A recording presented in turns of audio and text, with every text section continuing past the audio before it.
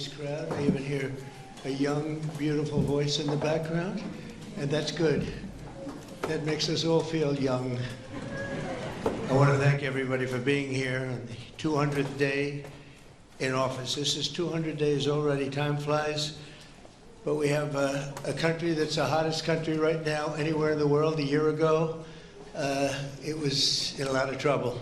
It's the hottest country. And a lot of the people in this room made it that way. Perhaps the most successful and consequential first 200 days, they say,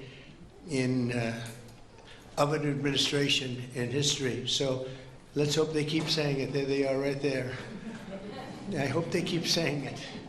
But even more importantly, this is also National Purple Heart Day, and we're here to honor and celebrate the unyielding patriotism and grit and devotion to America's Purple Heart veterans. Is great emotion and great love.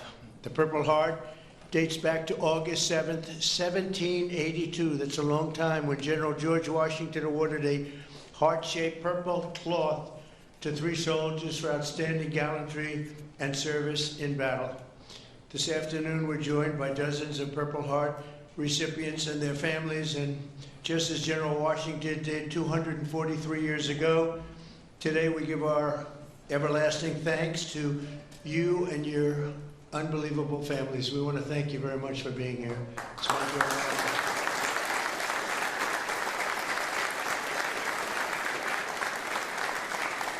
We're also joined by American patriots who love our military and our veterans, including Secretary of Defense Pete Hegseth. You're doing a great job, Pete. Thank you. We're working hard together. Secretary of Veterans Affairs with 92% approval rating, I hear. It's a record. Doug Collins. Thank you very much, Doug. The Director of National Intelligence, Tulsi Gabbard. She's got a lot of interesting things happening in the last 2 months. Keep it coming, Tulsi, keep it coming. Chairman of the Joint Chiefs of Staff, General Dan Kane, my friend. He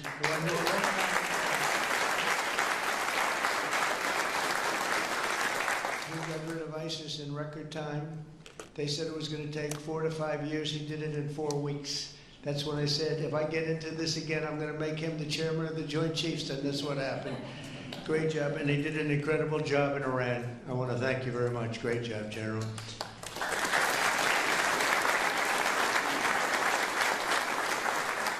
Deputy Secretary of Energy and Purple Heart recipient, James Danley. James, thank you very much, James.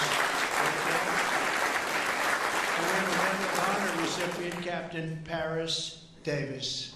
Thank you. Where are you? Where might he be? Oh, look at you. You're better looking than I am, I'll tell you that. Thank you very much. We're also joined by the Marine Corps veteran who co-managed my 2024 campaign, a fantastic talent in many ways after he was wounded in battle for our country in Operation Desert Storm, Chris La Civetta. So where's Chris?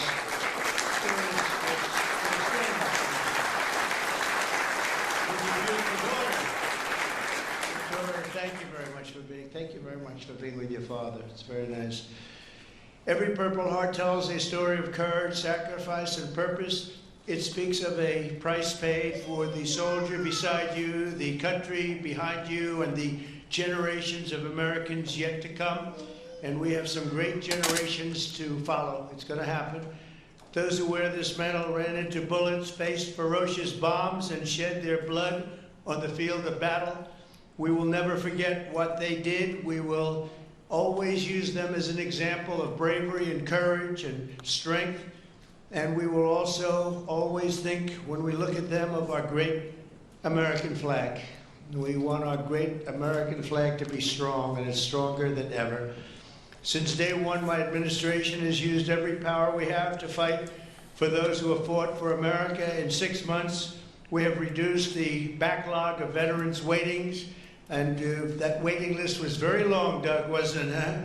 for the benefits, and it's 37%. So it's just, is that all you did, Doug? 37? I don't know, huh? That's incredible, actually. You're getting tremendous marks, and we appreciate it very much. We processed more than 2 million disability benefit claims this fiscal year, on track for the most ever. In fact, not even close. We're slashing wait times at the VA medical centers, and we're bringing back VA choice and VA accountability. As you know, we had it, and then the previous administration, let's go with the Biden administration, they decided to get rid of it. And you know, choice is where if you wait in line for an extended period, or you're not going to see a doctor for a while, you have the right to go out and get a doctor, and we'll pay for it, and you get yourself all fixed up real fast. You don't have to wait 6 weeks, 8 weeks, months like they were doing. And VA accountability, I'm very proud of those. We got them passed. Actually, Doug, you were a member of Congress when we did. You helped us a lot. But we got them passed in the legislature, so they're with us forever. And yet Biden found a way to not use them. But VA accountability, that's when we have bad people in the Veterans Association that were taking advantage of people, hurting people, and they weren't in prime time. In prime time, they wouldn't have touched them, but they weren't quite in prime time, and they were doing bad things. They were sadists, they were thieves, and some bad people. We had 9,000 of them. We fired every one of them, and it was a great thing. And then he put some of those people back. I don't know why they did that, but they did it. But we got them out again, I think, Doug, right? So it's good. So we had VA choice, VA accountability, something we're very proud of.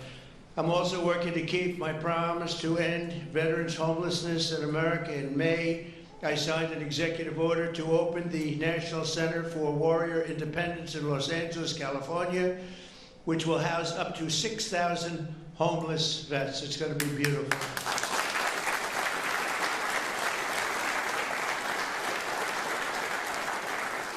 Last week I signed the VA Home Loan Program Reform Act, a big deal to help ensure no veteran is kicked out of their home for a late payment. If you're a little bit late, don't worry about it. And frankly, if you're a lot late, you don't have to worry about it either. You just get it in when you can.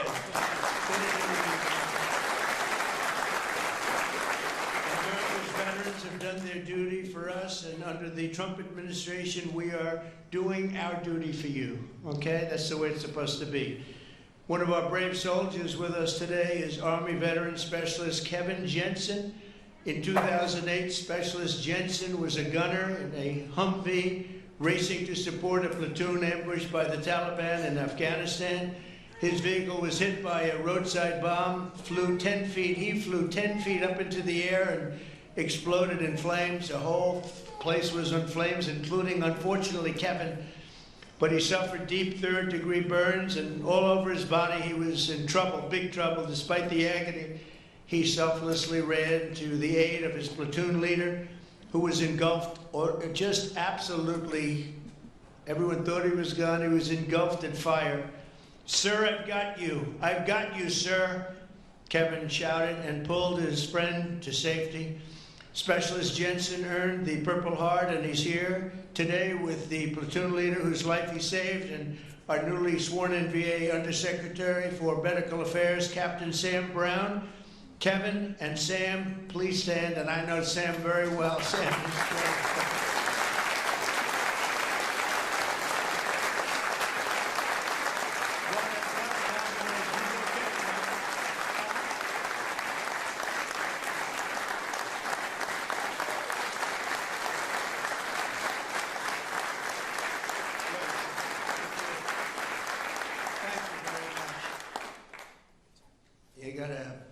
You did a great thing, because I got to know him and his really beautiful wife. You know, you're not allowed to say beautiful anymore. It's political suicide, they say. But I'll say it anyway. And the most beautiful family you've ever seen. And I just want to thank you for having done, and you for your great bravery. It's really great. Thank you both for being here. Appreciate it. Thank you. Also with us is 24-year Army veteran Brian Willett. In 2010, Staff Sergeant Willett was conducting a resupply mission in Afghanistan when his vehicle was struck by a roadside bomb. You know who did the roadside bomb, right? Salamani. Where is he? Where is he? Where is Salamani? He was the father of the roadside bomb. They say 92% of the people who got either killed or badly hurt, it was Salamani. He was the one that did it more than anybody else by far. Leaving this person very seriously injured 7 months later, Brian's teenage son, Private Kevin Willett, who was also deployed to Afghanistan, was standing guard when insurgent forces attacked with heavy fire. The grenade knocked him out and knocked him right to the ground. He was in big trouble, but Kevin rose to his feet and successfully repulsed the attack on his camp, earning both the Purple Heart and Bronze Star for valor. And I'd like to ask Brian and Kevin to please stand wherever you may be. Hi.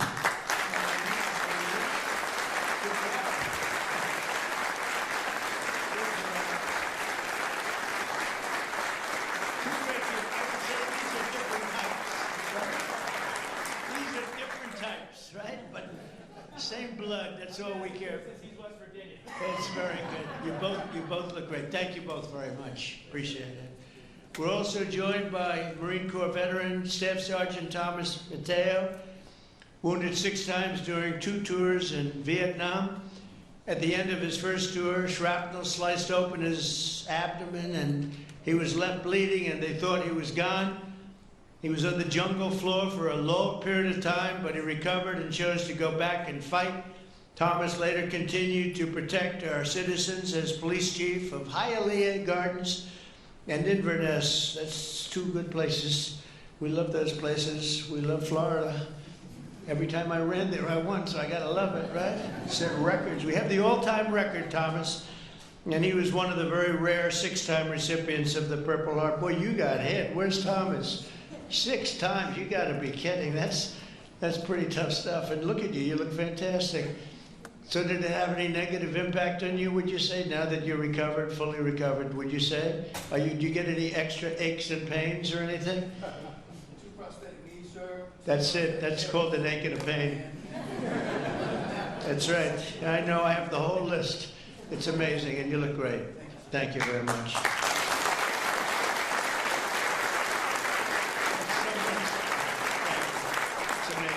Amazing. Last year, after an assassin tried to take my life in Butler, Pennsylvania, Thomas generously mailed me one of his Purple Hearts. Many of the other veterans showed me the same unbelievable gesture of kindness, including 3-time Purple Heart recipient John Ford and Gerald Enter Jr., who also came along with us and did us a great, great favor. Gerald, John, and Thomas, I want to thank you very much. What a great honor to get those Purple Hearts. I guess in a certain way it wasn't that easy for me either when you think of it, but you went through a lot more than I did, and I appreciate it all very much. Thank you. Thank you. Where are you? Stand up, please. Please. Thank you very much. Thank you very much.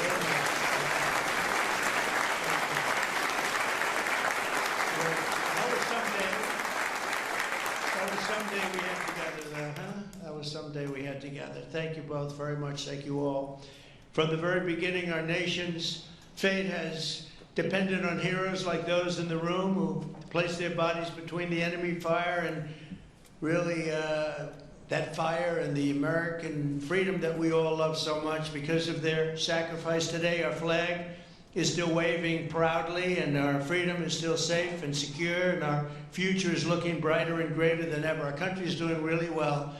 We're very proud of our country. We had that mission. I watched those B-2 bombers with those pilots. We had them in the Oval Office celebrating their incredible bravery and talent, pure talent. Every single bomb hit its mark perfectly. And then we had Tomahawks coming in, 30 of them coming in from submarines that were 300 miles away. They all hit their mark too. Look at this smile on you. You think that's your boy. Look at this smile.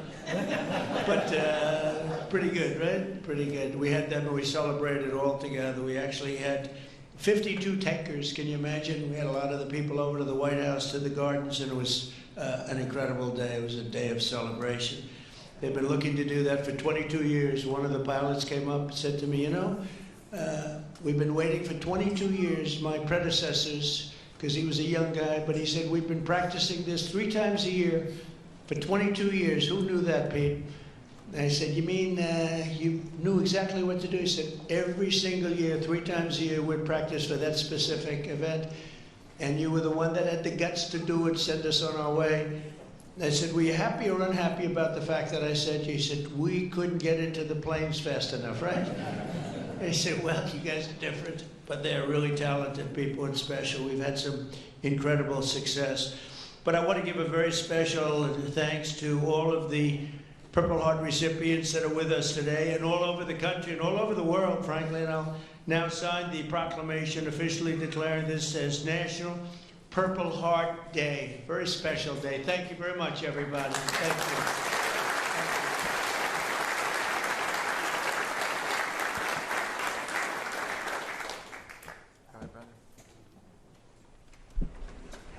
Giving this pen to that guy right there. 6 times.